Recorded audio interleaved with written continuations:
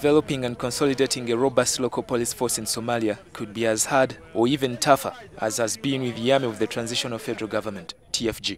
A police force with not even a handful of officers who can investigate a case to its conclusion, let alone effectively police a war-weary civilian population, will need more than 45 foreign police experts to train them.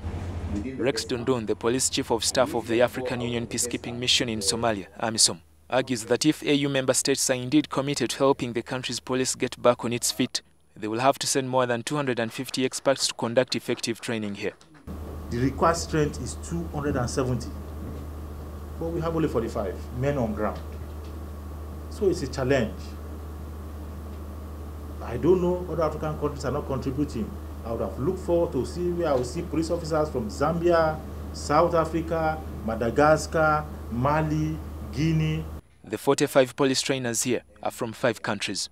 The Kenyans are based at the Kenya Wildlife Service Training Institute in Manyan back home. At the moment, a new database created by AMISOM has captured 4,800 police officers on official nominal roll. These were registered in Mogadishu alone because it is not easy reaching the other parts of Somalia, like the semi-autonomous Puntland and Somaliland, which assumed independence that is not internationally recognized. As for today, we are able to capture 4,839. It's still ongoing. It is still ongoing. Don't forget, we still have Puntland. We still have Somaliland. As we go on, we shall spread to this area. And we are relying on the military to take charge.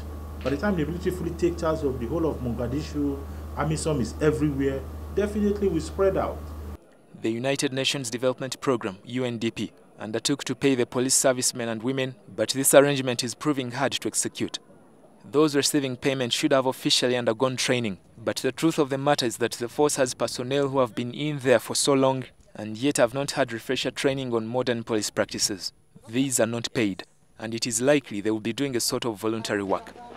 Yet, even the officers who are entitled to salaries sometimes take too long to get their stipends of $100, approximately 250,000 Uganda shillings per month, and $150 for those at the rank of Colonel and above.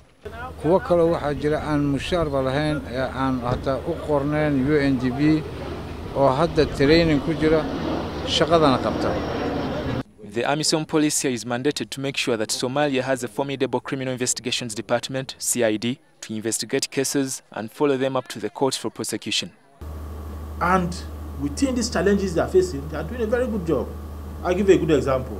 About 3 weeks ago, a month ago, through their intelligence, they intercepted an aircraft, 2 aircrafts. AMISOM police officers are proud of the local police that is slowly exhibiting professionalism. They recently impounded 2 British planes carrying ransom money, worth $3.6 million for Somali pirates. The pilots of the aircrafts, alongside their accomplices, were detained and sentenced to 15 years in jail. However, they were later released in June after sustained pleas from the international community. The British owners of the planes had to pay $500,000 as fines for each of the aircrafts for flying into Somalia space without authorization. Police and the TFG army are helping AMISOM in consolidating the territory the AU troops have taken over from the Islamist militants. The civilian population in these areas, estimated to be covering about 70% of Mogadishu, is enjoying uninterrupted peace, but their level of security consciousness needs to be sharpened by the local police. Women looking for water and food have to be protected from criminal-minded elements and opportunists who could rape them.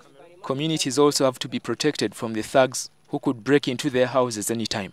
Besides, the police also need to have robust networks to take over from AMISOM and keep at bay the looming infiltration of the community by insurgents and the likely terror attacks. Frank Walisimbi, NTV.